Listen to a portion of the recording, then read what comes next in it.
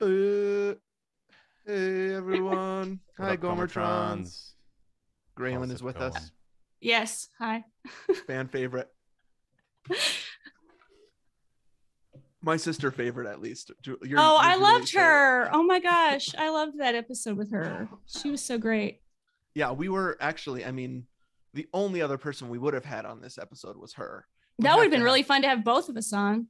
I think that it just Too many it people. It would have been like Dang. Why? so much. What if we just handed the trial over to them, dude? Honestly, awesome. that would not have been a bad idea. I'm not kidding when this is my favorite movie of all time. Oh, man. So, okay. Right. It's like, it really is. All right. It has been forever. We just got to jump right in. Okay. So, Anthony, you want to count us off and then we'll all do the claps. Remember that dumb thing? Yeah. Yeah. Okay. Yep. All right. Here we go. Here we go. 1, 2, 3, click. We're going to clap. 1, 2, 3. 1, 2, 3. That'll do. Okay. You two lined up perfectly when I clapped, so that means the delay is the same from my end at least. Hold on, now I misplaced my cold open. Let me get it. It's just always better just to have it here for you, Anthony, so I don't have to send it to you later. Oh, right. Is that okay? Great. Here it comes. Working real slow. Is the internet okay for you guys? Yeah. Internet's working great. Okay. We had a really hard time last week. Really. It was, yeah. Yuck. So just bad. So we had a guest yesterday and it worked great. So I'm assuming it'll keep working. Well, it seems fine on my end. The thing about this cold opens document that I have is now it's 20 pages long. Oh my God. Now. And so it's on a Google Drive. It takes forever to load. Really? I have so many. You want to just do it later, dude? No, I don't. Sorry. Okay. I just want to get it done. Okay, here we go. I'm ready. You want to start over, Anthony, with the recording? No, it's fine. Okay. No problem. Here we go. Great, the first word I screwed up. Among its many accolades, Casablanca holds one particular distinction. It takes up the most spots, 6, in the American Film Institute's top 100 movie quotes of all time. From number 67, of all the gin joints in all the towns in all the world, she walks into mine. All the way up to number 5, here's looking at you, kid. The 1944 Best Picture winner absolutely dominated the list, with the closest runners-up, The Wizard of Oz and Gone with the Wind, holding 3 apiece, and every other movie lucky to have 1. Side note, while Arnold Schwarzenegger has 2 quotes on the list, they are from 2 separate movies. 3 quotes on the list are final lines in their respective movies. Rosebud and Carpe Diem, seize the day, boys, make your lives extraordinary, being 2. But Casablanca's I think this is the beginning of a beautiful friendship is the only one to hold 1 additional honor. Billy Crystal, playing one of the titular characters in a beloved 1989 Rob Reiner, Nora Ephron. Let me say that again. Billy Crystal, playing one of the titular characters in a beloved 1989 Rob Reiner, Nora Ephron rom-com, dubs it the best last line of a movie ever. Look down the list, 13 slots, Billy, and you'll get a little surprise. I'll have what she's having. A line from the movie that you are currently in is apparently pretty memorable too. We're the 2 Gomers. We're talking When Harry Met Sally. And this is Perfect Movie. Woot. Excellent. I've never seen Casablanca. Me neither. Oh, gosh. Okay, we got to start with that. Okay, good. Wait, hold on that, Graylin. All right, Let me welcome us. Okay. Welcome, everybody, to Perfect Movie, a podcast where 2 regular guys try to save the universe, 1 great film at a time. This is Anthony speaking, one of those 2 aforementioned Gomers, coming to you from Atlanta, Georgia. Joined as always by my friend Steven, all the way out in Flagstaff, Arizona. Did I pronounce that right? Casablanca, or is it Casablanca? I always thought it was Casablanca. Casablanca. I say Casablanca. Here she is, just right away. We can't keep her from jumping in. Our guest, you know her from Hello. It's Too Bleepin' Hot episode of Runner's Block. Also a podcaster in her own right, the Blue Dot. Graylin Porter is here, and you mentioned just now that you've never seen Casablanca. I've never seen it. Casablanca. Okay, no, me neither. never seen it. I've not seen it either. Yeah. Dang. I know. It's not great. I mean, I need to just watch it. Wait, you mean the movie's not great, or it's not great? No, it's not great. It's not great that I haven't watched it. It's not. I was like coming in hot right off the top. I haven't seen it, and it's not good. No, I've never seen it, and I probably should. Yeah. We did it. I should see it too. Yeah. We did it in orchestra to like the year before COVID. Okay. Or maybe I don't remember, a couple years ago. And so I hadn't watched it either. And I sat down to watch it so I could study my bassoon part. Really cool orchestra music. And I was like, this movie is so good. Okay. And then we lived with it for a couple rehearsals and played it. And I was like, this is so perfect. Okay. Like it is. So it should be so an Anthony's Choice sometime. Yeah. That would get me to watch it for sure. Yeah. Yeah. Okay. Casablanca, and we'll have Graylin come back for that. I think we should do it. That would probably get me to watch it. I'll be honest, I probably won't watch it if I don't have that. Is it that's how it works on this show, right? I don't know what it is about it. I mean, I'm wrong. I'm sure it's great. The black and whiteness, the oldness. I feel like it's that not going to be stuff. relatable at all to me Okay. in my life. It just doesn't feel like I'll feel anything for it, which is wrong. I'm sure it's totally wrong. I mean, Nora Ephron apparently loves it, right? I mean, so what is the movie that she puts in Sleepless in Seattle? That feels very similar, right? An Affair to Remember. Right. I haven't seen that either. Yeah. Yeah. I haven't seen Sound of Music. Watch. You haven't seen what? That's crazy. I haven't seen Sound of Music. I actually don't like Sound of Music that much, but I just feel like that's crazy that you haven't seen it. I know. That's what I do, right? I play music. Yeah. I sing in solfege, although they sing it wrong. Do, re, mi, fa, sol, la, si, do. It shouldn't be ti, do. Ti is wrong. Really? I didn't know that. I respect C, Sound of not Music, T. of course, but it's just not my thing. Yeah. We lived in Vienna when I was young, in Austria, and always went to Salzburg, where I don't like movie musicals. You're fired. Okay, we're Hang up. together on that. Hang up. I love How do I mute musicals. this? I love musicals. I don't like movie musicals. Okay, interesting. Yeah, it's Sorry. like I can't remember what we were watching recently where they started singing. Oh, like the new Les why? Mis with Hugo Jackman or Hugh Jackman. Hugo. Hugo Weaving That's a Jackman. musical. What are you talking about? that You're was surprised hell. that Hugh. What? He's good. Anyway, we can. Did you watch, Anthony? Did you watch that Muppets? The Muppets Haunted I did. Mansion. Maybe that's what it was, and that's like it and felt that's like why that to me. Like, oh man, I'm not right. this isn't what I wanted. Because here's the thing: when you're watching, I'm totally with you, Graylin. When you're watching a movie musical, or a musical, but a movie musical, the plot stops for 5 minutes. It just doesn't right? work. It doesn't work. No, you guys are it's the opposite of this. The song works to move the plot forward quickly. That's why it stops. No, you got this is absolute. Just I'm literally mad right now. The reason why musicals work is because that song accelerates the plot. It does so much work. All right. Anyways, we're here today to talk about. I know what you mean. Yeah, I get it. I got it. Okay.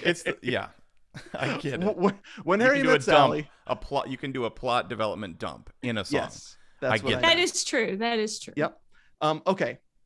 But there is a little bit of singing in When Harry Met Sally. If you're feeling sad and lonely. Yep. Yeah. Missouri. I think the dialogue is so musical, like the rhythm of the movie, Yes. like the way they talk is so musical through the whole entire movie. It's just so perfect. Okay. That would be up there. We're with evidences in that it's a movie that you can have on in the background any day. Absolutely. You know what I mean? You could fall asleep to it. You could actually pay attention to it. It's up there with a Sorkin, kind of thing where you can just have it on in the background, and it is like music. It did remind me of Sorkin. You're right. Mm-hmm. So When Harry Met Sally is the movie today. We invited Graylin on because we heard, I think I saw some posts about it or something. I was like, I think Graylin really likes this movie. So I reached out to you. It's my favorite movie. Yeah, and you favorite said movie. It's your favorite movie ever. And stop. Yeah, favorite movie ever. Absolutely. Wow, sweet. I stand by that statement. So then we were like, we got to have Graylin on. Yeah. I'm so excited about this. I'm so excited. And it's been my favorite movie since I was a kid. And I can't remember when I saw it for the first time, but I feel like I was too young to understand it. 100%. I mean, but yeah, I've always loved it. 1989, we've talked about this before, a huge movie year for me. Last Crusade, Ghostbusters 2, which I saw in German and had to sleep on my parents' floor for a week because I was so scared. Back to the Future 2. What else came out? I'm just looking at the... Yeah, well, okay. I actually marked this on the Gomer 1 sheet. Listen to this. Okay, well, first of all, Batman came out the week before this. Oh, wow, okay. That was like crucial for me. I mean, that was one of my favorite first movie scores, Danny Elfman. But listen to this. Okay, we've got Indiana Jones. These are all sequels. It's like the summer of sequels. Okay. So we've got Indiana Jones Last Crusade, Back to the Future 2, Ghostbusters 2, National Lampoon's Christmas Vacation, Star Trek 5. Yeah, that's great stuff. Yeah. But you've also got Abyss, Turner and Hooch, Uncle Buck, Field of Dreams, Look Who's Talking. I mean, Parenthood. Wow. Oh, I love Parenthood. Oh, I love Parenthood. Oh, hold on, pause. Hallelujah. That's like the best. Here, pause 1 second, dudes. Yeah. My computer stopped recording. Uh-oh. When was that? We'll go from Parenthood. Super sorry. Should I keep going or should I stop? Keep going because we need it to sync with Graylin's track. Oh, right. Okay. You know what happened? Chad called. Chad. Oh, that's a good reminder. I'm turning off. Chad called and it turned off my GarageBand. Like it sent it to... I'm putting on my Do Not Disturb because I don't want him to call me. Yeah, I bet you he calls right now. I'm sorry, Graylin. Oh, gosh, I don't care. Do Not Disturb. I have... Okay. Yeah, you're still recording, Stevie? Okay. I am, yep. Check. Are you guys going to do Parenthood at some point? I'd just love to do a whole Keanu. Yeah. That's my favorite movie of his. I mean, hands down. Okay, actually keep going, Steven. Keep going. I don't really know what to do. Just keep going. All right. I'm going to start. Check. Sorry. So sorry, guys. No problem. Actually, let's clap then. Yeah. Yep, for sure. Let's clap again. 1, 2, 3. 1, 2, 3. Great. All right, come in with Parenthood, Graylin. I love Parenthood. Love it. Best performance by Keanu Reeves in a film. Well, come on. It's good. It's great. Everything he does is great. Yeah. Except for Speed, maybe. Oh, Speed. There's Speed's on my top 5 as well with When Harry Met Sally. Wow. Wow. Maybe we just have Graylin on for every episode from now on. I love how Dennis Hopper holds the phone across. Because you have to see that one hand is mutilated or whatever. Yeah. Why are you holding the phone with that hand, dude? Just every use time. hand. Yeah. Yeah. Totally. I was gonna say big movie year, but I do not think I saw When Harry Met Sally in the theater. But I definitely did not because I was 4 or 5. Right. I'm with you, Graylin. I think I saw it too young. Yeah, definitely. To understand what was going on. But I still loved it. Like I still loved it. Mm-hmm. At what age would you show your kids this movie, or have you already? No, I don't know that Mine they'd be that definitely interested. have not seen it. Yeah. Yeah, right.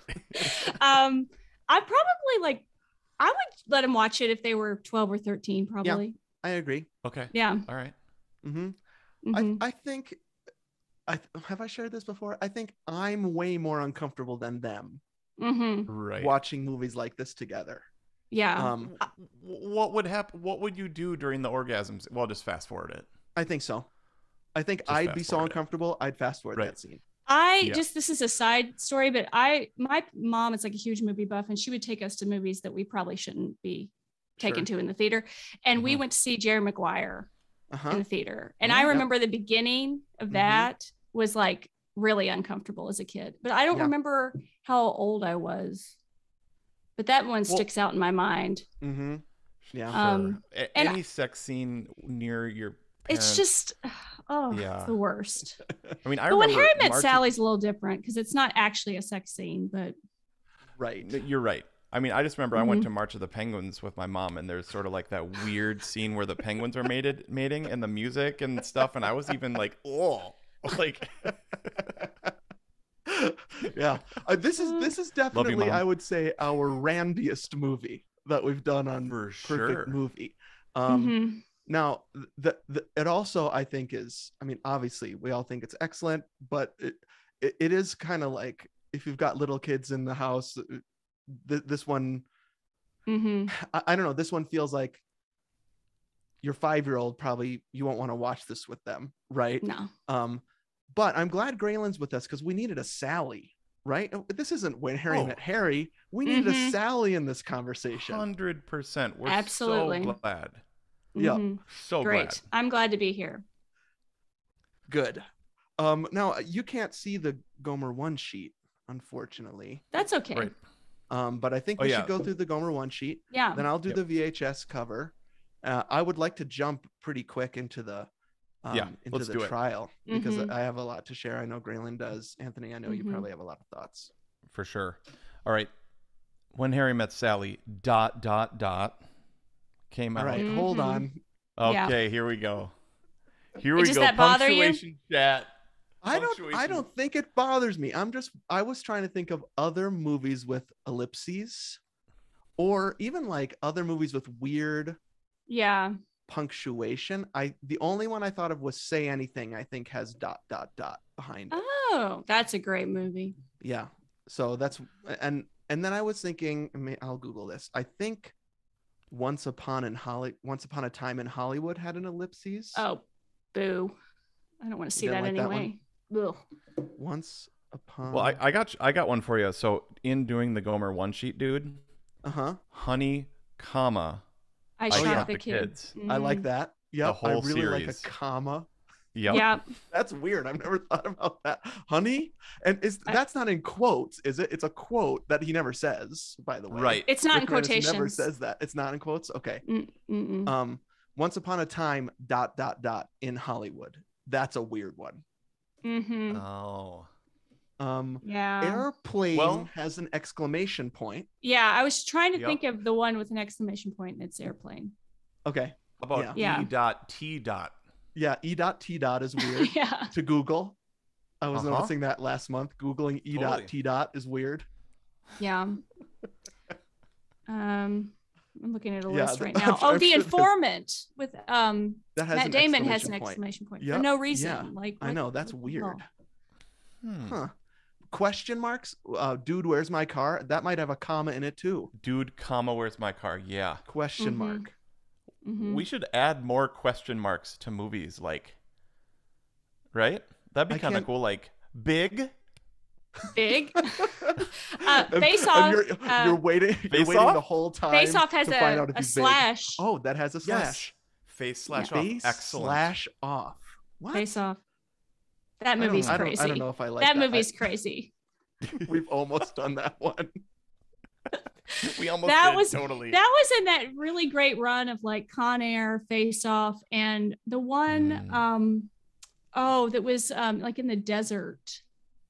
Nick I Cage? can't remember. Sahara. Yeah, It was no, it was Nicolas Cage and John Travolta again, maybe.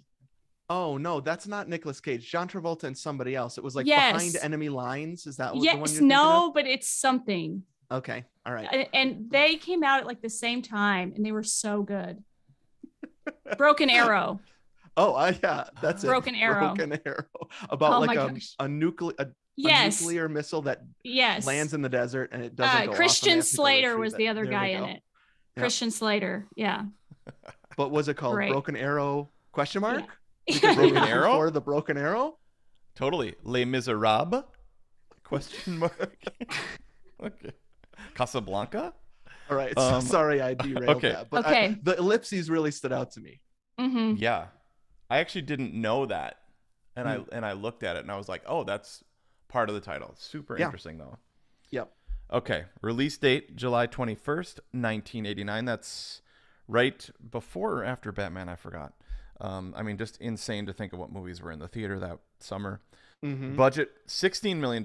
According to an interview I saw on Rob Reiner, he said 14.5, but that's according to our IMDb. Grossed $93 million at the box office. It was nominated for an Oscar for Best Writing, Original Screenplay, Nora Ephron, but it lost to Dead Poets Society. Mm-hmm. Carpe diem. It's a Yeah. Yeah. I want to know. I was talking to Stephen before you came on about how I don't think that movie would age well if you watched it again. I haven't seen it in so long. Like Dead Poets I Society. I loved it at the time, but I have a feeling it probably doesn't hit the same now. I haven't seen thoughts it on for that? probably 30 years, is my guess. So I might watch it soon and see. Okay, maybe I'll watch it. Yeah. I just feel Yeah. like it's going to be, there's just going to be something off about it, just from what I remember. But maybe not. I mean, I remember isn't there like a suicide or something that makes everybody sad and he gets fired over that? I don't actually remember it. Yeah. I just remember I the feel visual like the of him characters, standing- like the people who run the school are going to be very cartoonish in Could their be. badness. Like, I just remember them being so bad. Like, clearly people would never act this way. Right. I wonder. Yeah. We should watch it. You know? Yeah. Anyway. Dramatized real life. It's characterized. I agree. Yeah. Mm-hmm. I do remember liking it. Oh, yeah. And It's the a standing on the beautiful movie. desks. Standing on the Mhm. desks. Yep. Being Oh, Captain, super my cool. captain. Well, Yeah. and it's the same director as like Master and Commander, Peter Weir. Yeah. Right. That's right. Peter Weir. Yeah, he also did Truman Show, right? Yeah. Mhm. Yeah. He does cool movies. I love Truman Show. Cool, like thoughtful standalones, right? That's a Peter Mhm. Weir thing. Yep. Mm-hmm. Okay, Rotten Tomatoes, 91% critic, 89% audience, 100% with Graylin. Yes. And then just one other Yes. quick note. Oh, it did win a BAFTA for screenplay, so that's pretty sweet. Okay. But this was interesting. In researching it, I found that the part of Harry was actually originally offered to Tom Hanks, Okay. Mm.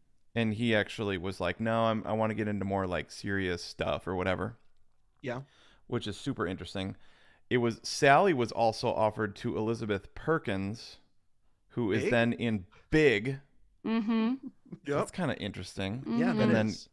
he ends up doing, the next Nora Ephron movies. But Do you then I prefer wanna- Billy Crystal to Tom Hanks? In this role, yeah, I think so. Yeah. Yeah. Billy in this Crystal, role. 100% for this. Mhm. Yes.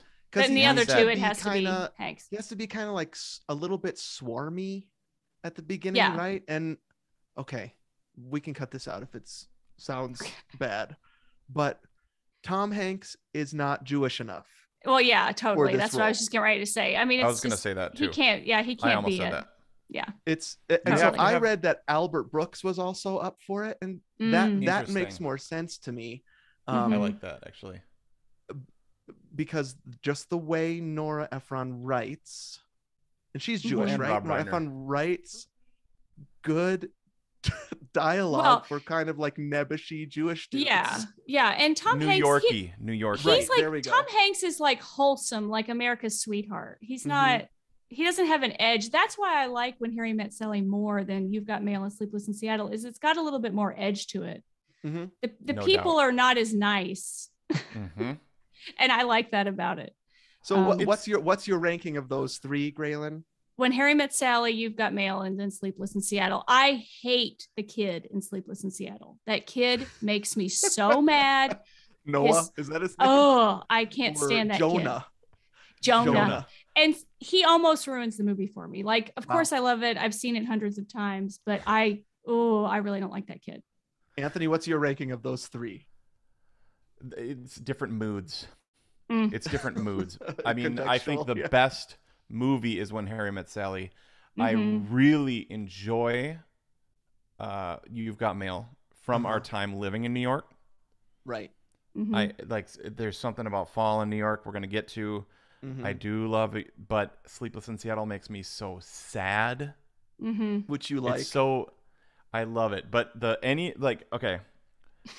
it's not only the Jewishness, dude. It's the New York vibe.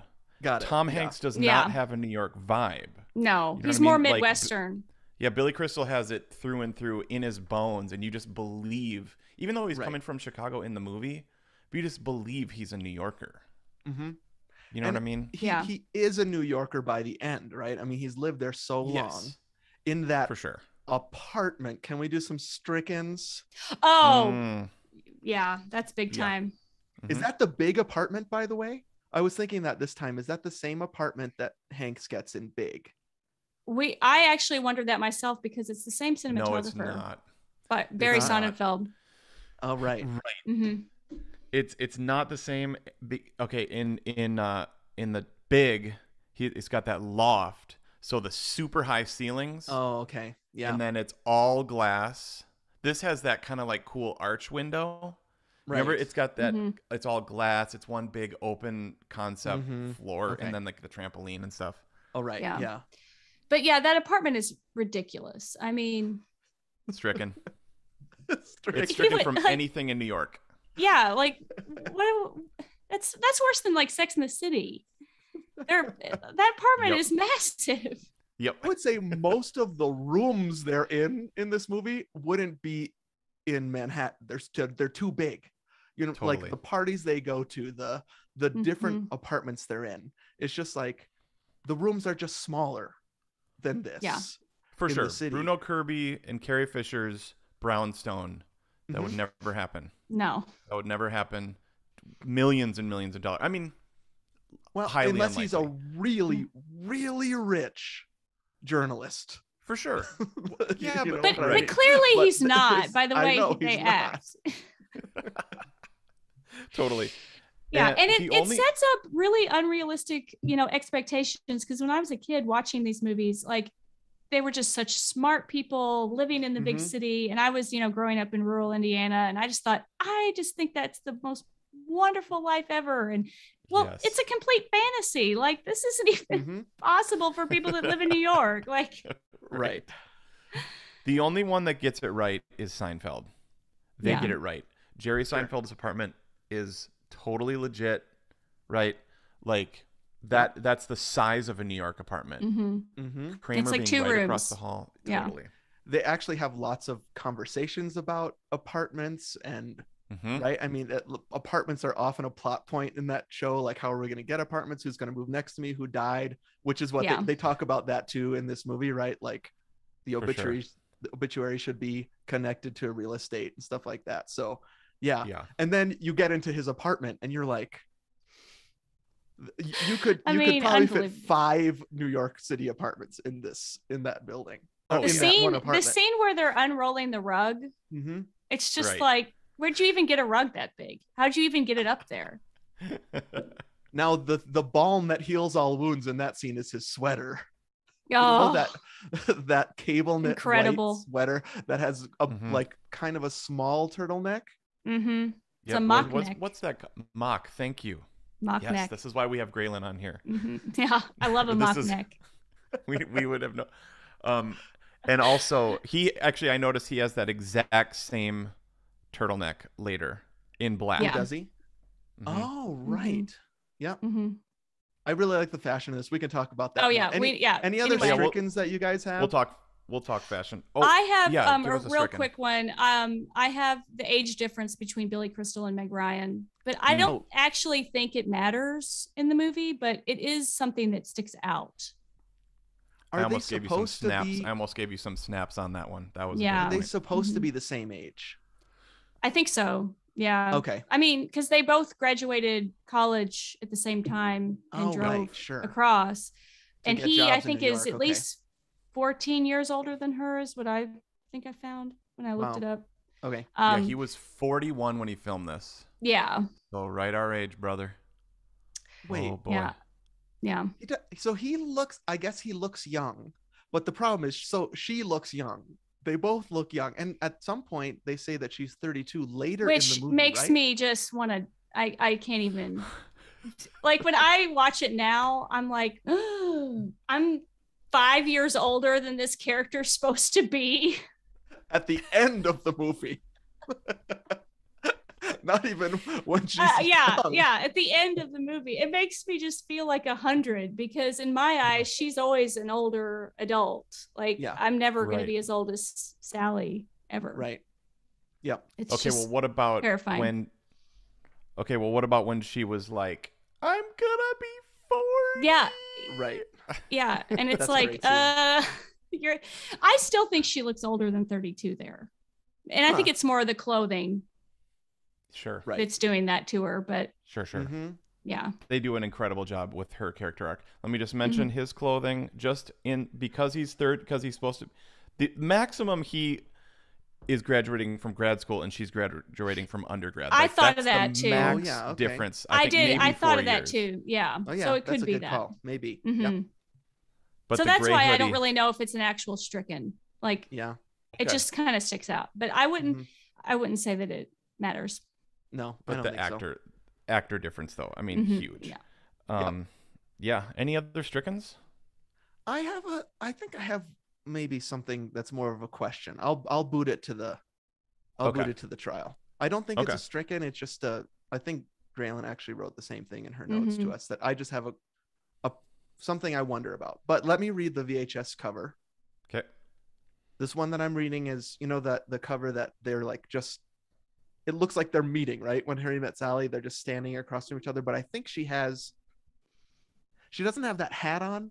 Remember the Annie Hall look that Oh, she has yeah. at one point, which is the hat Mhm. and then Oh, kind yeah. of the baggy clothes. She has those baggy clothes, but she doesn't have the hat on. So Mhm. they never actually do this in the movie. Anyways, this particular VHS is also set on a backdrop of like super red, orange, yellow fall leaves. Mhm. So happy. And Yes. this So is happy. I So think this good. is the VHS we had when I was growing up. Yeah. Okay. Brimming over with style, intelligence, and flashing wit, Rolling Stone, this splendid and irresistible, Los Angeles Times, film from director Rob Reiner, the American President. So this must be a description. Yeah. This came out after it. Yeah. Okay. Mhm. That's a weird one to choose. Maybe it's another rom-com, so they put that on the back of the box. Sure. I can't watch American President. It makes me too sad. No. Like You mean because why? it's an 'Cause it's alternate a- reality where we I can see. have a Sure. decent It's person. a West Wing thing where you're just like, if only. Yeah, I I see, can't right. watch it anymore. They should have put Misery for Rob's Reiner credit there. Is one of the Mhm. best loved romantic comedies of all time, featuring dazzling performances from Meg Ryan, Billy Crystal, Carrie Fisher, can't wait to talk about her, and Bruno Kirby. Mhm. Exceptional music from Harry Connick Jr. and an Oscar-nominated screenplay by Nora Ephron. When Harry Met Sally is an explosively funny, Newsweek, commentary on friendships, courtships, and other hardships of the modern age. Will sex ruin a kinda perfect relationship between a man and a woman? That's what Harry, Crystal, and Sally, Ryan, debate during their travels from Chicago to New York. And 11 years and 2,000 miles later, they're still no closer to finding the answer. Although they've helped each other through breakups, breakdowns, Mr. Wrongs, and miscalculations. That's spelled M-I-S-S. Oh, Calculation. Hey, miscalculation. Oh Okay. wow. They've never ventured past their companionship to discover the love that's right in front of them. Will these two best friends ever accept that they're meant for each other, or will they continue to deny the attraction that's existed since the first moment when Harry met Sally? Question mark. Wow. That's quite a description. Yeah. Taking some liberties, but that's okay. Yeah. Good News Nation, it's in color. An hour 36 minutes. The best. Oh, baby. the best. We watched it last week and I was like, this is how you make a movie. Like in, you're out, it's done. Yeah, I watched it on HBO Max. Unlike Dune that we watched the next night. Oh, I can't wait to talk about Dune. Not on this episode, but when I saw an hour 36, I was like, that you're speaking my love language, Rob Reiner. And hour 36 is the perfect length for this movie that feels like a play. Yes. I love it. Yep. Okay. Yes. All right. I say we head into obviously we like this movie. Yeah. For sure. But we want to put it on trial. We're going to go there to the trial right now. Let's do it. All right, let's do it. All right, let's keep going. Okay. Say all rise. All rise. Hey, how's it going over there? Oh, gosh, I wish I was at Katz's right now having a pastrami on rye. Oh, baby. I'll have what she's having. How's it going? I saw that. Did you see that? Have you been to Katz's Deli, Anthony? Okay, we need to start with some Katz's Jelly chat real quick, bro. Okay. I think you said Katz's Jelly. That sounds good. Yum. Katz's Jelly, sure. Katz's Deli, dude. Yeah. I auditioned at Juilliard as a senior in high school. The illustrious Juilliard School, right? True Gomer confession, I didn't get in. Oh. I don't think we ever talked about that on here. I got in later. I've never heard this. Okay. Not as a senior in high your school. First time? Okay. I right. See. Gotcha. But my dad's brother's wife's dad was like my third chauffeur. Grandpa or something like that. Yeah, so what is that? My uncle's father-in-law. Okay, great. Okay. So total Jewish New Yorkers. Uh-huh. He was amazing. And he was like my chauffeur, super generous, amazing dude. And he took me to Katz's for lunch. Okay. I'm 17 years old, straight out of Wisconsin. Mm-hmm. And we pull up to the counter. He was like, you want it on a club roll, not on rye. And I'm like, okay, cool. I get this thing, the fattest, juiciest, saltiest pastrami. My mouth is watering. This Midwestern boy bites into this pastrami sandwich, dude, with that chewy roll. And like, dude, well, okay, not quite what she's having, but it was a foodgasm, dude. Like, you were having what she had. Totally. Well, that's one of the most disappointing things about that scene in the movie is that she's not eating a pastrami sandwich. She has like turkey, right. And she's doing that weird thing with her hands. Totally. Mm-hmm. Yeah, but that of course she would have turkey though. She wouldn't have pastrami. You're right. You're right. Her character. Well, that's true. Yeah. All I know is on the way out of there. It wouldn't be off menu. I mean, from the menu either. She would have had several changes to it anyway. Mm-hmm. Oh, for sure. Yeah. All I know is on the way out of there, I got one to go also. Amazing. There's a book called I'll Have What She's Having, and it's a behind the scenes about all of Nora Ephron's books or movies. Oh, really? Uh-huh. Yeah, it's not a great book, but it's it's fun if you like Nora Ephron movies. Sure. And there's a chapter on When Harry Met Sally, and apparently Katz's was not their first choice. There was some other deli, and they wouldn't let them film in there. They didn't want to close down for a day, and so they said no. And so Katz's was their second choice, and apparently it was not struggling, but it wasn't quite as booming, obviously, before the movie. Really? Yeah, and so it was awesome. it somehow some kind of commute, like a train commute, kind of switched, and so they didn't have as much foot traffic through there or something. Well, I can't remember it's the on details. Houston Street. Mm-hmm. Okay. How do you find that? How's it going on Houston? Like, it's hard. You know, what's the cross street? It's not like super easy to get to from a subway. So yeah, I get it, but it's so good. So I saw a picture where they had like a little sign above that table with a little arrow that said, "This is where."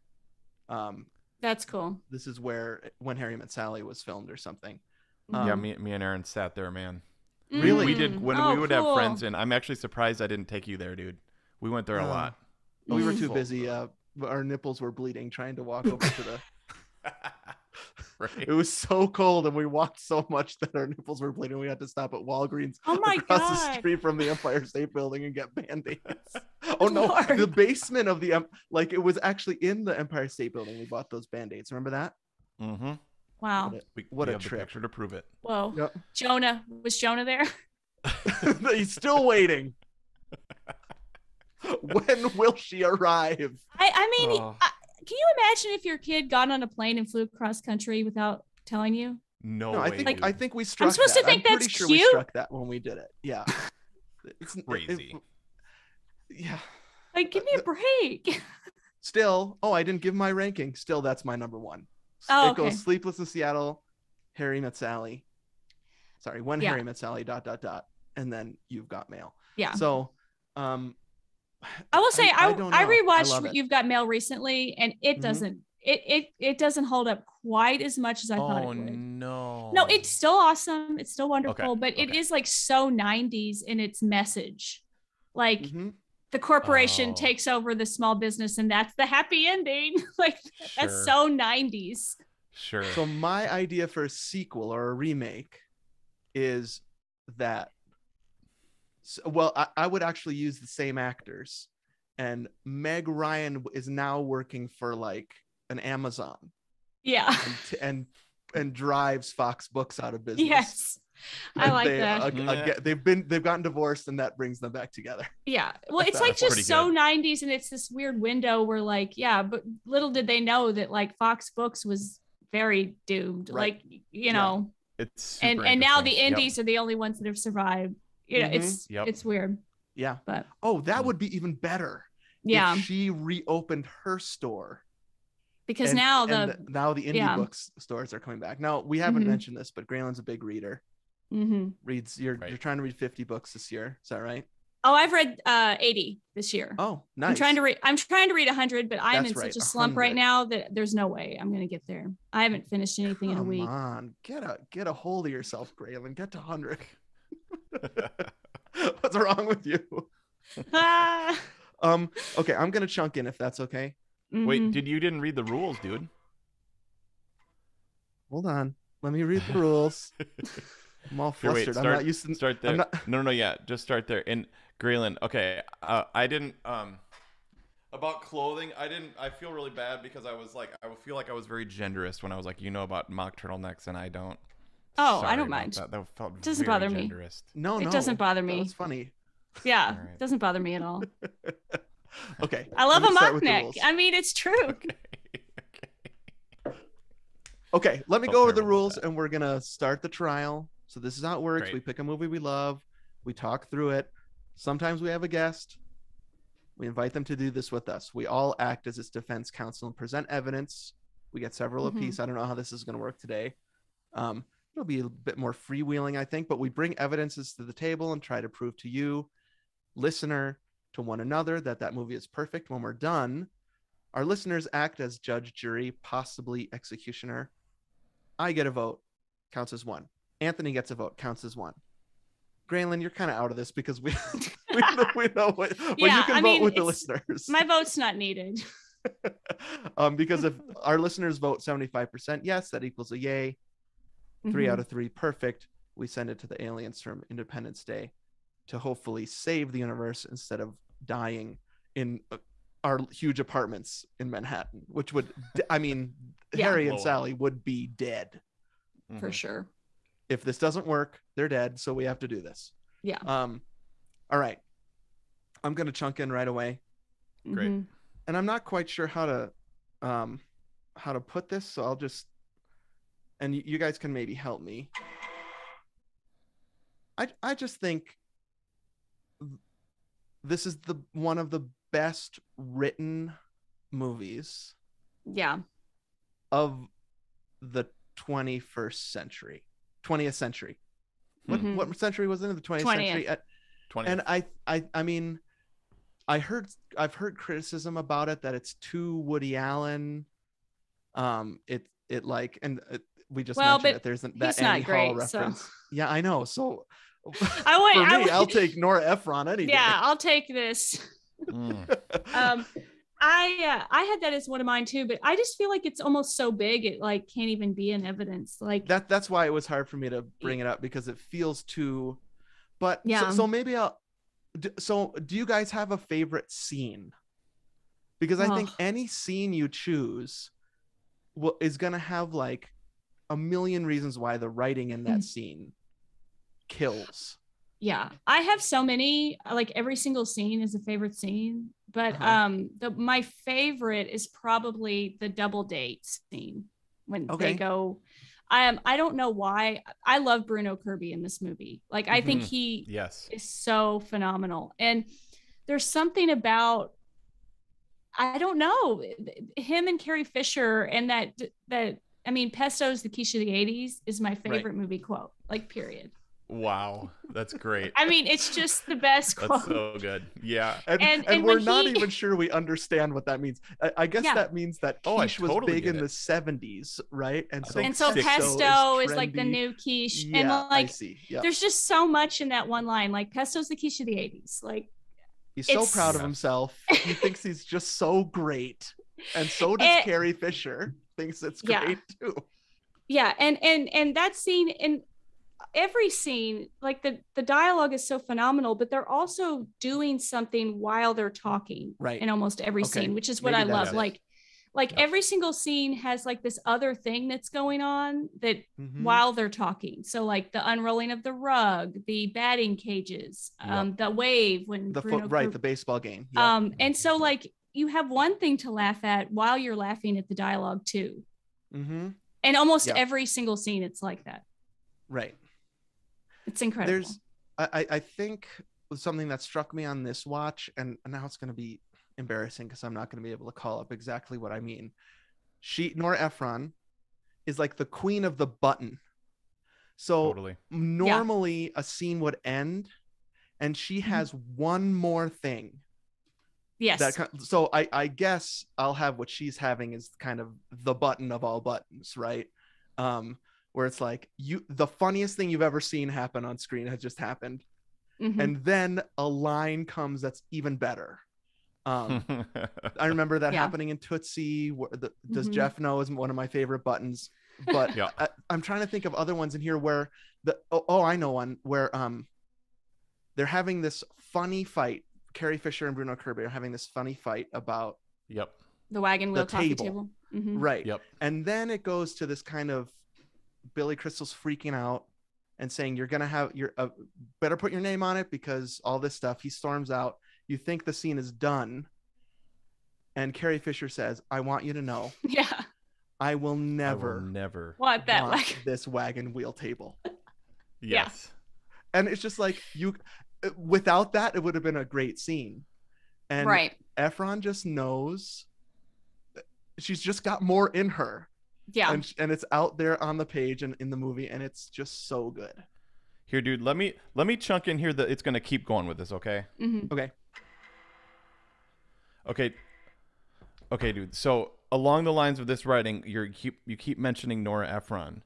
The thing about the writing that I think is so good in this is that it has both gender perspectives done so well. So it's like you could have had Rob Reiner and Billy Crystal write this, like we talked about in City Slickers. Right. Yeah. You know what I mean? Where there was no female perspective at all. So you could have had like those guys write a movie. You could have had, Nora Ephron, she's just a perfect writer. But it could have been maybe just about women's stuff or whatever. But this, like the first half of the movie, it's like Sally's a little naive, or the first quarter of the movie, Sally's a little naive, and Harry is like telling her all the stuff she doesn't, know about guys. Right. And then the orgasm scene turns it around, and then she's like, this is what you don't know about women. And so I feel like the writing, like one of the things that you just totally, like she blew his mind. She really flips. So like I feel like she has control over this relationship. She flips it on after him. That I think. Yes. It's so phenomenal. Totally. It's so great. I think the two perspectives is part of the element of just those two, Rob Reiner and Nora Ephron, just bouncing ideas off of each other. You were able to get get it, not just one-sided kind of like point of view. Right. Yeah. And I think that wagon wheel is a good example of that. Yeah, I think also what I was reading is that a lot of like Billy Crystal had a lot of input on a lot of the lines, and so apparently that "I'll have what she's having," he came up with that. As and then it was Rob Reiner's mom who delivered the line, right? Yeah, which love. Is so amazing. Yeah. And but it's also when she does that, like she is like that's pretty like it. That character, you think of her kind of as a sillier person until that scene, and then you realize no, she actually has a really strong point of view, and she's willing to put herself out there and to prove to him how it really is. It's just, it's so great. I love this. I love the very beginning too, like the whole drive over scene. I think that is just so incredible, and the restaurant scene there, Shell Gordon. Oh, right. Sheldon. Yeah. Ride me big Sheldon. Yeah, ride me big Sheldon. And my favorite little button there before they walk into the restaurant is when she's got that hairspray. And she's not just talking to him. Then she gets the hairspray out and she like smacks the lid on the hairspray, like really like definitively to like end that conversation. It's just things like that. It's just so perfectly timed. So it's also written well, non-dialogue, right? And so there's obviously the dialogue is so kind of snappy, almost impossible, right? Like no one talks like this, but not in a way that you're mad about, in a way that you're like, I wish I talked like that, right? Another Sorkin thing. Sometimes Sorkin annoys me because I'm like, enough. It's too, it's too over the top. But there are points where I'm like, man, I wish people like this existed. I wish I could talk to people like this, right? So the dialogue is great, but I think that that hairspray thing is a perfect example because it says so much about her. Yes. Apart from what she's saying. Yes. Like she's so kind of uptight, and the way she has to put that hairspray on, and the way she like slams the lid down to make sure it stays on. Yeah. You know? Yeah. Oh, another one like that is like in the kind of like a montage scene where she's like putting the mail in the mailbox. Yes. She has to check. Is it sealed? Does it have the stamp on it? Does it have the return address? Did I address it right? Put it in. And then boom, boom, like over and over and over. Like just like that. Like just kind of shows her neuroses. Finally, he just shoves it in, and she still opens it. Checks it the last time to see, which I do all the time when I put stuff in the mailbox. You open it again just to make sure it fell in correctly. Yes. Yeah, like, totally. That felt like such a real moment. And I identify with her character a lot when it comes to restaurants and the way she orders. I will never order that way in a restaurant because I'm from the Midwest, and that's just not allowed. Like. Right. That would be way too much trouble for the waiter. But I want to order that way. Like I am like that. Like when I'm at home, it's like if we don't have an avocado that's ready to go, but tacos are on the menu, we're not having tacos. Like, it has to be, I have to have everything just right. So you're like Sal, you like it the way you like it. I like it the way I like it. And Well, okay. I've got a question for you. Who's who between me and Anthony? Who's the Harry and who's the Sally? Oh, I mean, I have my that's guess. Weird, man. What about who's who? You and Bruno Kirby. That's harder. I think I'm definitely Sally and you're Harry. Oh, okay. I don't know though. Yeah, you're right. I'm more uptight. You're right. And you're just like you're. Yeah, you days of the week. Days of the week underpants. Days of the week underwear. That. Dude, we watched it last night, and that line got a huge. I mean, just me and Aaron, and like, where's Sunday? Because of God. Yeah, because of God. What a great. Obviously, so great. That's from true. That has to be something. A conversation either Rob Reiner or Nora Ephron had. Yes, because it's so specifically funny and out of nowhere. Yeah, and it's I don't know why. It's just the weirdest thing. And it's just great. I love that. It's perfect. It's so perfect. And I love that, like, that's the reason they broke up. Yep. Like, where's Sunday? Where's Sunday? Where's Sunday? Yeah. I really like this. I hadn't thought about the Rob Reiner Efron magic that happens, where you're right, Anthony, they could have been like, let's write a movie about sex in the 80s, just dudes. And it would have been exactly thin compared to this, because you really are getting the perspectives of both. I read this thing about Nancy Myers, who also it like love a Nancy Myers movie. What sucks about women in this industry is they have to like be writers for a long time before they get a director. Yeah. So this feels like a Nora Ephron movie to me more than a Rob Reiner, but Rob Reiner gets the director credit. The same thing happened with Nancy Myers and her husband with Father of the Bride. That's a Nancy Myers movie. Yeah. But her husband is the director. Give me a break. That 100%. sucks. And then eventually they realize, oh, okay, actually it's Nancy Myers who's these movies are, and she should be directing. Do you guys have a thing about Nancy Myers? Like, what are your thoughts on Nancy Myers? Like, give me some examples. I love them, but I know they're terrible. Like, is how I feel about them. Oh, they're horrible. Not good. Yeah, they're not I need good. examples of what movies these are. Okay, so Father of the Bride, which you haven't seen, but there is a movie you I've seen it. love. No, I've seen it. You've seen it, but not for a while. Okay. So it's complicated. Is like something's got to give. Something's got to give. The Intern is the Nancy Holiday. Myers. Oh, the Holiday. The Holiday. Right. The Intern. I love The Intern. But it's kind of dumb. I'm sorry, it's sort of and the dumb. acting's terrible. Exactly. The characters are terrible. Like the storyline is terrible, but you just love to watch them. It just feels good. It just feels good. They're feel yeah. It's the interior. For me, it's the interior. It's the kitchens. Yeah. So good. I mean, that's why I watch. Kitchens are so good. Beautiful to watch. There's a podcast I listen to that's like they're bloggers, and it's fine. It's not that great, but they have one episode that's all about Nancy Myers interiors. That's a great episode to listen to. They just talk about their favorite ones, and it's good. So with Nancy to Myers, interiors, what Denis Villeneuve is to like sand. Yes, or Timotei. Sand and trombones.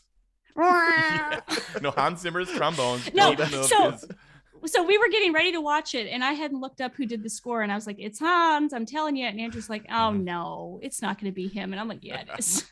And he looked it up, and he's like, "You're right." Good work. Yeah, I think Hans Zimmer did the score for It's Complicated. What a weirdo. That's possible. I mean, remember he did Partner to League of Their Own? Yeah, I know. What a crazy guy. Yeah. So, and anyways, I really like, I think one of the reasons I love Father of the Bride so much is because of that partnership of the male and female perspective that I actually think I think, I can't remember the name of the actress, Steve Martin's wife in that movie. This is so bad. Right. Diane Keaton actually is really quirky and fun. So is the daughter. Yeah. I think that there's like something about this partnership, Anthony, that you're talking about that actually really rounds out a movie that's supposed to be about relationships. It works really well because of that way. Yeah. Well, that's perfect. I think I have a piece of evidence then I can chunk in on, because Here, I don't know where else. Yeah. I don't know where else to put it. I'll chunk in for you. Okay.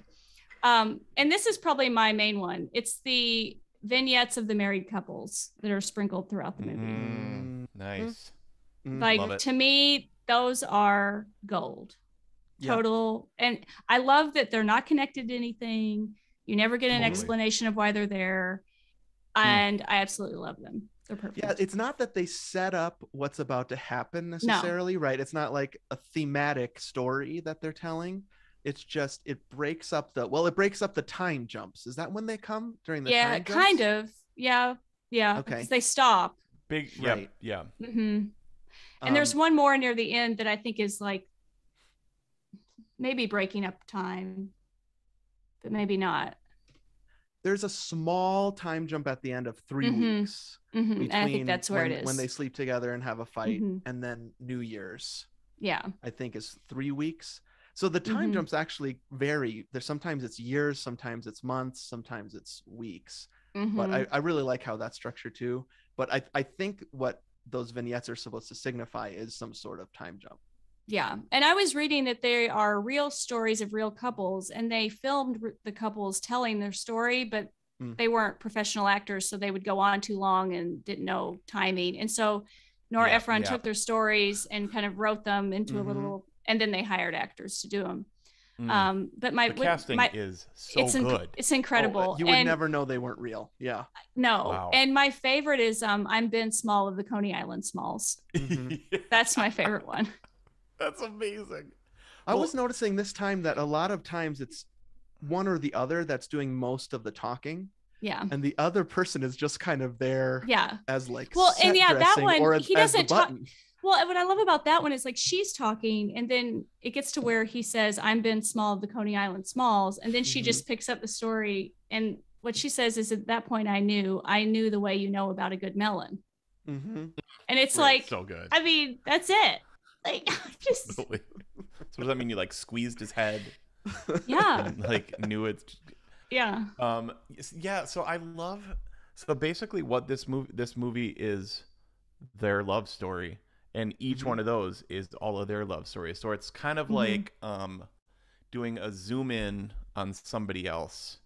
You know, it's a perfect little way to move the movie forward. I totally agree. I love it. Yeah. Love them. Yep. And then the fact that that's how it ends. With now they're in the seats. You know, that's so good. Yeah. And the last thing they're talking about is putting the coconut on the side. So it's not even a romantic vignette between the two of them necessarily. Right. It's just a reminder of who they are. And then it cuts and the credits roll. My favorite one is the one of the couple that's kind of talking over each other. Oh yeah. I was on the 12th. Right. And they're telling the same story, but they're telling different parts of it. I think this is why it's my favorite one, because then at the end he says, and it's been 55 years. And there's the first moment of silence, and she looks at him and she says 55 years. Yeah. The first time they ever say the same thing. And it's just I know. So well written. It's so it's good. Unfair. So how good. That's so good. Oh my God. Love it. Hey, let me ask you one question. I skipped one of the casting, or sorry, I don't want to say casting what ifs. That's another podcast. Okay, I skipped one of the people that was almost Sally. Oh. Molly Ringwald originally was supposed to be. Huh. What do you think of that? No way. I felt like we talked about some other casting choices for Meg Ryan in Sleepless in Seattle, and none of them seemed quirky or weird enough. There's something about her. She is just so weird. Well, Molly Ringwald is just so way. John Hughes, like John Hughes teen movie. Like she's not going to be in anything else in my mind. Right. Yeah, I don't think it works at all. I just thought it was super interesting, and it's like that doesn't make any crazy. sense. Yeah, that's crazy. It's one of these movies where you cannot imagine anybody else in these roles. I think that so that could be evidence that the casting is really perfect. Speaking of, do we need to talk about Carrie Fisher? Yes. I think we do. Yeah, let's talk about the cast. Let's talk about the cast a little bit. I mean, how is it possible that she can be totally separate from Princess Leia? Like, I mean, how that role is like so iconic. Like, but you don't even think of it being Princess Leia when you're watching this. I mean, not even at all. Yeah. You know what I mean? Like, she did it. So many people get stuck in like, I'm Luke Skywalker and I'll never be anything else. And Mark Hamill, you rule. I don't mean necessarily Mark, but, or Spock, right? Like, he was Spock. And like, that's all like, and Leonard Nimoy was awesome, but he's Spock. Yeah. She was Princess Leia, but then she did, you're totally right. She was in this and you're like, oh. You don't think of her as that at all. I mean, she is this character. And I love this character because like she's, having an affair with some other person's husband the whole movie. But he's never going to leave her. You still just love her anyway. But it's kind of like, yeah. Oh my God. I love when she's like buys herself flowers. Oh yeah. That might be my favorite one. She's like, So what did he say about the flowers? He never even came over. Yeah, Like I just happened to see his American Express bill. Right. How did you do that? So that also really feels to me like either Nora Ephron has done that, or she has close friends that have. For sure. Yep. So one of the I usually make a reading list for myself at the beginning of every year, and for some reason I'm walking through the bookstore and I picked up Nora Ephron's "I Feel Bad About My Neck." Have you ever read this? Oh yeah, it's awesome. So it's just a collection of essays that Nora Ephron wrote. It's one of these books that Jessica has to tell me to stop reading at night because I'm shaking the bed because I'm laughing so hard. It is so good. Yeah. And it's about her life as kind of an aging woman in kind of one of these impossible apartment complexes in Manhattan, that no one except for super rich people live in. And that kind of story, sending yourself flowers, seems like it's something Nora Ephron did. Yeah. Because she does that kind of thing. If she has this one chapter about purses, I mean, I've never carried a purse, and I was like, I wish there was a whole movie about purses that Nora Ephron made. So I just love that I can tell these are true to life stories, punched up, because she's a good writer. Well, and I had to know Carrie Fisher gets some of the best of that stuff. For sure. And I had to know that the I feel like, and it makes me sound a little bit like, the movies these days are so bad, but like they don't make movies like this anymore, though. Right.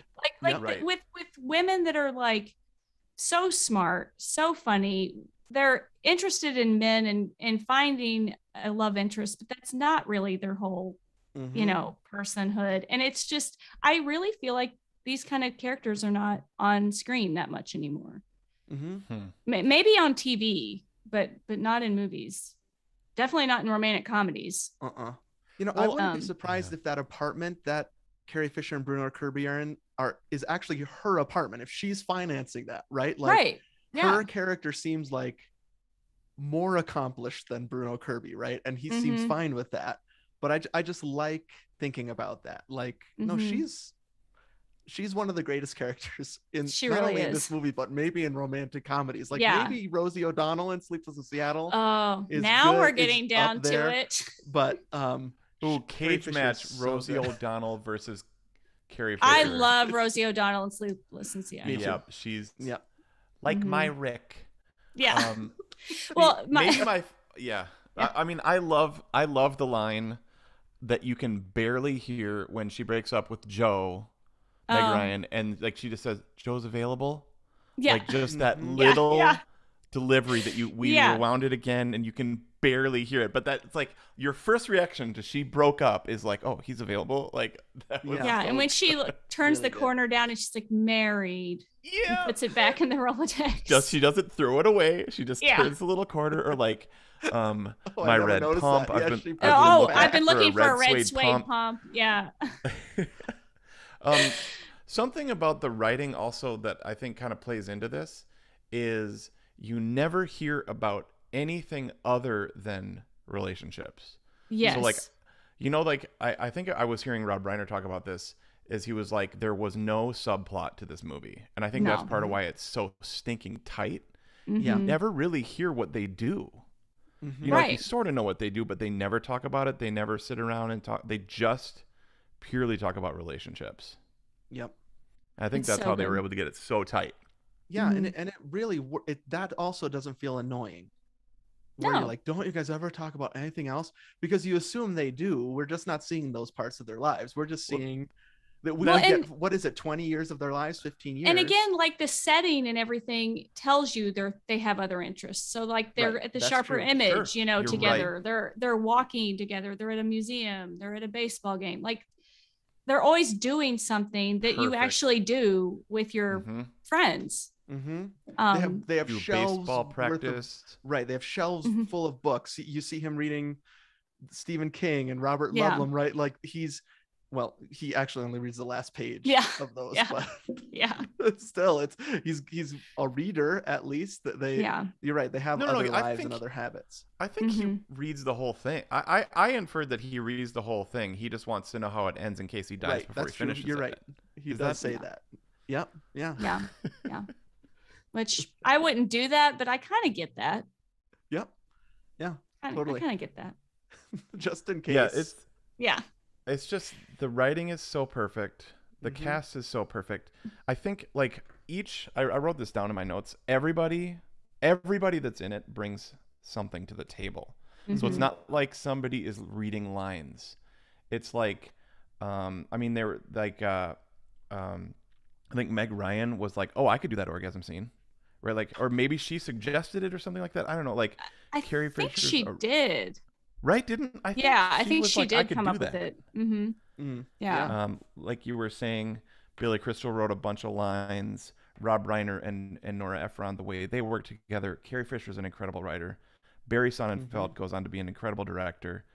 It's just like everybody. It's kind of like what we talked about on E.T., where two people making their best work, like two geniuses, and it's like everybody in there is contributing, is innovating, is riffing off of each other, and it almost seems like they're even like, oh, I'm willing to let you have the best laugh, or like, oh, that was a good line, I want to put that in there, and even though you wrote it, and then they give each other credit for it too. Like I just think everything about the collaboration, is totally like agree. is part of what makes it so good. It's not just like one person's vision. Like you hear about movies like that where like some had every moment scripted out and executed, and it just feels like they improvised for the whole time basically. One thing I wanted to get to, and it's not necessarily a piece of evidence or anything, but is the premise of the movie, if men and women can be friends or not. And all right, let's talk about this. And do you think they should have ended up together? Because okay. Doesn't that defeat, the purpose of the movie? It's basically saying they can't be. This is my stricken that I didn't strike at the beginning. Okay. Yeah, I thought it might be. Because I would love, for heaven for some people is like pearly gates and golden streets. Mine is alternate movies that we never got to see. So I would love to see When Harry Met Sally and they decide that they can be friends at the end. So how it makes me feel at the end is, oh, I guess the Billy Crystal in the station wagon at the beginning was right all along. You can't actually be friends. Exactly. That's like the message of the movie. If you're attracted basically. to someone. Yeah. So part of, I love this movie, but part of me is thinking, will I vote no because I don't agree with the basic thesis of it, which is it feels very 80s to me, right? Like, no, it's actually true. We have to have sex and we have to get married and we have to be in love because men are from Mars and women are from Venus and they can't possibly ever just be friends. And right. I don't hate it. In fact, I kind of like the ending, but I just wonder what it might have been like if they had followed through with what I thought they were going to follow through with the first time not the first time I saw it, but since then, which is actually, no, you know what? Men and women can be friends, and that's great. Yeah. I feel the same way. Like, I like the ending the way it is, but I think it would have been, I think if it were made now, they probably wouldn't have ended up together. Right. Okay. Maybe that's it. Yeah. If it was going to be made Graylin, nowadays. Maybe I'm just too woke. Yeah, maybe. Way too woke. Or now we can say something like, this ending's great because every single person is different. And, we're not going to make any generalizations about men and women and if they can be friends. Yeah. Right. So these two people could not be friends, but two other people could be. Yeah, sure. Nothing like a totally general, non-specific ending to really drive it home. So I like the specificity. That's of the end of ending. Lost, dude. Yeah, totally. Oh, don't. Oh, That's the end of Lost. That's a hard place for me to go. I still think that we it's like every symphony has to end on the one chord. You know, it's like, yeah. I mean, it's like, and when it doesn't, you're kind of like, oh man, you know, like I feel like conceptually, you're totally right. This should end like, and they could be like, we can be friends, and then they go off into the sunset, friends. I mean, but like conceptually, I get it. Shake hands. It's super woke. Yeah, let's be friends. Yeah. You know. Yeah, their vignette at the end is just them talking about how they're friends. But you could also argue that, okay, that would be a woke ending. But the thing is we live in that world. We already know that. This is fantasy. Yeah, that's true. You know, and like when you're wanting to be entertained, you don't want reality. Exactly. You want that one chord. You want to end up at home. You want to end up happy. Yeah. You know, I mean, that's like, in a lot of ways, that's kind of like why we go to the movies, like escape reality, which is like the one chord usually is fleeting and maybe you get to for a second. Yeah. You know, and also I never really read into the fact that college, and I still don't really buy that college guy was right, because I don't think it's saying that men and women can't be friends. It's saying they really, really love each other. Sure. Like those two. They're not. It's not. He's not just having sex with her and ending up with her because he can't not be friends with her. It's because he fell in love with her. Right. That's true. And because she fell in love with him. Like, I actually think it's not like you would pan back to college Harry, and he's like, he told you, you know, like, I was right all along. Yeah, I told you. Yeah, maybe they could have had, like, he ends up being friends with Carrie Fisher, and she ends up being friends with Bruno Kirby, and like, see, we have friends. Okay, sure. Yep. You know, I don't know.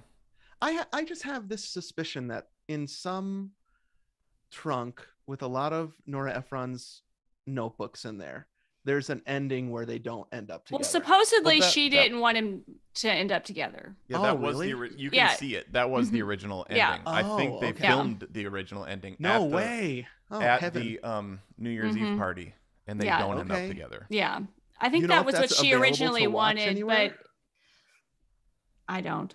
That would be amazing. Yeah, but they obviously were like, no, you can't do that. Okay, and maybe that was the right call for reasons that we're talking about, right? Like, this is a fantasy, it's a romantic comedy. It actually would have felt a little bit like, okay, that's the right thing, but it sure is boring or something at the end. Well, my mom and I have, this is a whole separate movie, but my mom or book as well, but Little Women, like, I believe that Joe and Lori should be together, and my mom's like, you're insane. Like, yeah, sure, they for sure should be. I mean, it's just stupid that they're not together, and that he marries Lori or Amy. Right. So, like, I mean, give me a break. Like, this is just dumb. The latest movie won me over because I freaking love what's her name, Amy, in that movie. So. Florence Pugh. Yeah, Florence Pugh is my favorite. So that. Well, I'm a big Timothée fan. So. Ooh. Okay, listen. I just want to say one more thing about Carrie Fisher. Is that okay? So here's another book I read this year, Postcards from the Edge, Carrie Fisher. And I just looked up when she wrote this. She wrote this right before When Harry Met Sally, 87. This book is about her drug addictions and her drug issues. Oh, yeah. Yep. So for me, that escalates her even more in my mind, that she has not been defeated by that drug addiction stuff that happened during Star Wars, that continued throughout her whole life. She's still able to, she was not, derailed by that. She's working on it. She's working, and she puts out this amazing performance. I mean, yeah. R.I.P. She's amazing. I know. Like, I read her she memoir. Wasn't like, Harrison Ford's going to get this and not me. Yeah. Like Harrison Ford gets to move on from Star Wars. Oh, I I'm gonna know. also, and she does it. It's amazing. I can't remember which one I read. It was either The Princess Diarist or Wishful Drinking. There were two that's like her later memoirs. And boy, Harrison Ford does not come out looking good on those. I know. Really bad. Ooh. Sorry, buddy. But he's, yeah. That's not great. What a jerk. Yeah. Big time. Oh, crud. I haven't read those. No idea. I don't know if you, like, is a Star Wars No, fan? I won't. They kind of, Sorry. it's not great. It Like, it kind of ruins it a little bit. If you read the behind the scenes. Thanks. Actually, I just in general think everybody's a jerk. Oh yeah, closed totally. doors and on oh, movie absolutely. sets and stuff. So it doesn't usually ruin stuff for me. I'm usually like, yeah, figures. Yeah, that's true. Yeah, definitely. It's like that's true. Every restaurant I go to is owned by a monster. You know what I mean? Yeah. Like the I know. CEO is a monster, but I still have to eat. I can't. Now I'm wondering if I said this last time, but Steve Martin is the only celebrity I hope that never happens to. Like I never find out that they're a jerk in real life. Okay, I'm just. Oh no. Yeah. Oh. I won't say anything then. I have friends. I have friends. Yeah. I've heard through the grapevine. Well, see, this is why I'm so scared because I know he probably is a huge jerk. I mean, like, how can he not be? Right. This kind of like separating the person from the art is hard. It's very hard. It's impossible. I think I had so can I just share an epiphany with you? I had a couple years ago. Mm-hmm. I was watching I can't even remember what it was. Oh, I remember. The Usual Suspects, right after all the Kevin Spacey stuff was happening. And I was like, can I even watch this? One of my favorite movies. Can I watch this movie anymore? I watched it, really enjoyed it, and felt guilty. And then the credits roll, and there are thousands of people involved in that movie.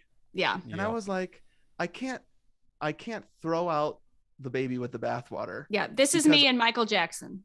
Okay. Yeah. Michael Jackson's music. So many people that were involved in this, not just the one guy. And so that, I don't know if that, it helped me. I don't know if that's the right terminology. It informed the way I watch some of these complicated humans in pieces of art that I love. Yeah. Because I just remember, actually, even though he's a big ego and he's like a star, that kind of sucks. There's thousands of other people that are working just as hard as him that I can enjoy this movie because they made it too. Right. That's a so really good I way still to love look Star at it. Wars. Yeah. Yeah, me too. I still love Father of the Bride. Yeah. I need to mention two real quick things. One of my favorite things that happens in like a movie or a show is when somebody sings badly. Oh yeah. So I just need to give a massive shout out to one of the worst singing moments ever. I love Meg Ryan when she sings in. Me too. And she's singing bad on purpose, but like how she I was trying to figure it out. Well, she's got just kind of like that nasally voice and just keeps going. You know what I mean? Horses. Yep, she does it.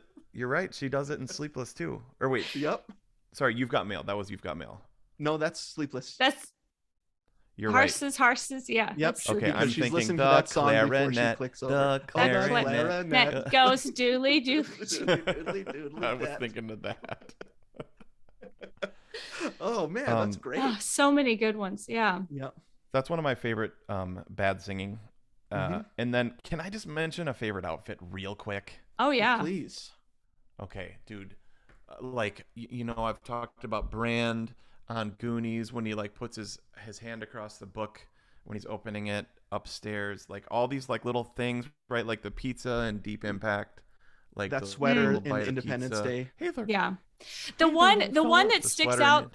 When I was listening to your Fugitive episode, it was like, oh my God, no one's ever like verbalized it, but the eggs, the scrambled eggs. And my brother and I have been obsessed with those eggs our whole lives, and we have no idea why. There's just something about it. And so when I was listening to that episode, it was like, Anyway. So what is it in this That's movie, so Anthony, for you? What's the No one's ever trigger? quoted me back to me To me before. No, but I just love Jess when they're hosting that party. Baby fish mouth, friggin' hilarious. Yes, baby fish mouth is great. Okay, so there's this conversation between Jess, Bruno Kirby, and I can't remember who else. Oh, and it's Meg Ryan's like, boyfriend du jour. Yeah. Her Joe rebound dude, transition guy. And he's wearing this just like flowy 80s purple sort of like jacket. He's got his cool glasses on, and he looks like the most relaxed, like, oh, get some more wine, whatever, like, like, have all you want. He looks like the most relaxed, comfortable in his own skin person I've ever seen anywhere. And like, that's incredible. I love that shirt. I would never have picked that out of all the outfits ever. In a million years, I never would have picked that. Yeah, that's incredible. I love the vibe there. Gets me so like, I think about it daily almost. Wow. Years. I want to be that relaxed. That's one of my favorite. Yeah, love it. That's absolutely great. Love it. I really love. It's weird because I don't love it. I obviously would never wear it, but the outfit she wears in the very beginning is so insane.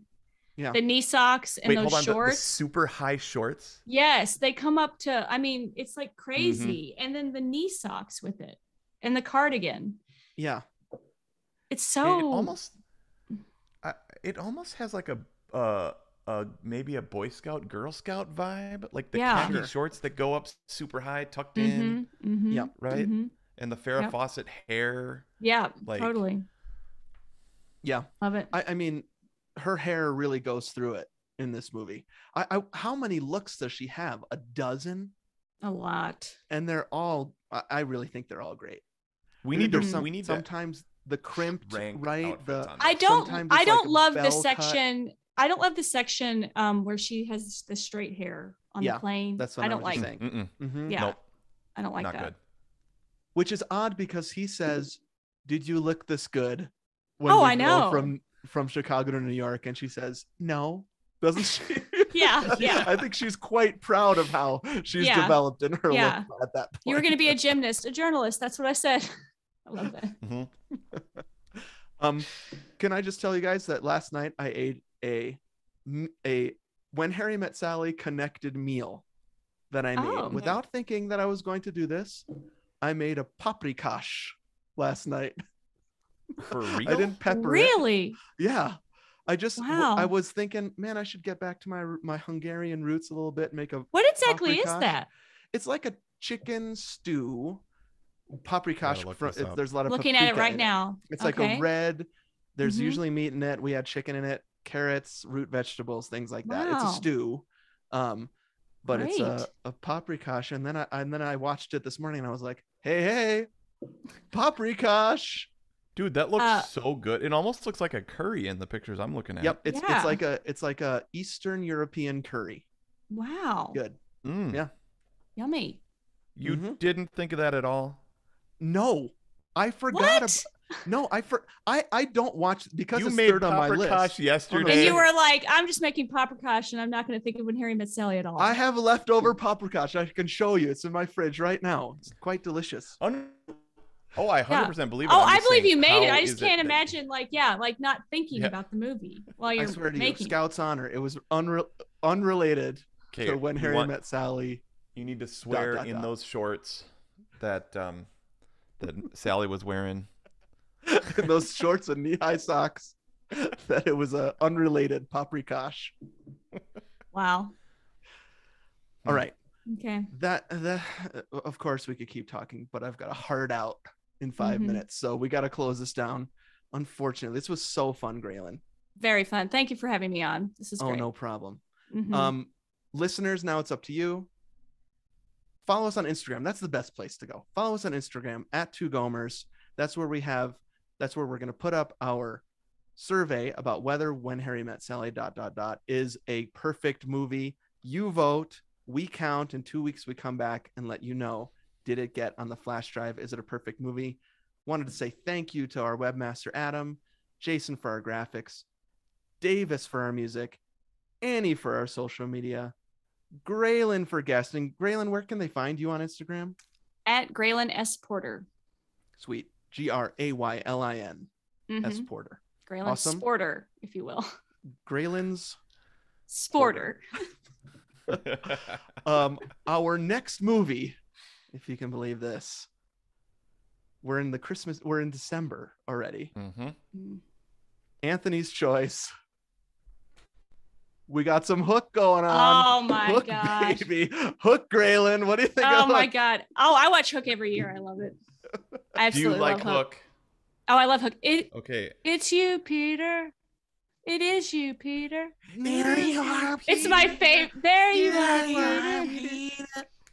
Oh, I'm sure we're gonna talk about that child. I used to do that to when the babies were little and they had like those cheeks. I would, Oh, you know, yeah. yeah. It's a great Oh movie. gosh, I love it. Yeah. In closing, I thought of this. Mulan. Mulan is the perfect example of a musical that works because of how quickly the plot is told within song, and then they ruin it by taking songs out in the live action. I've Boring, never seen it. long, I've never seen doesn't Mulan make any sense. animated or live. Mulan is it's just far superior as a musical. Okay. That's my closing argument about I will musicals. say I don't feel that way about Disney movies that are musicals. Okay. There we go. Thank you. Yep, totally. Frozen 2, incredible. Yeah. Just imagine if there were no songs of Frozen 2, just the exposition that would have to happen. You're right. Instead of songs. Agree. 100% I agree right. on that. Yeah. Okay, great. Everyone's in agreement. I'm right about movie musicals. Every single one, including non-Disney ones, are great. All right. Thanks, everybody. Great app. Super fun, man. Thanks, Bye. Graylin. All right. And happy watching Hook. All right, let's clap one more time just to sync at the end. Clap. 1, 2, 3. 1, 2, 3. Whoa, that was quite. You froze weird at the end. Oh, did I? Sorry. Not good. It's okay. Okay. All right. All right. We'll figure it out. Okay, I gotta run. Thanks, you guys. Thanks, Thank Graylin. you. Awesome. Yeah. Thanks. See you later. You. Hook is great. I'm gonna look forward to that episode. That's great. All right. That's gonna be a fun one. Bye. All right. Bye.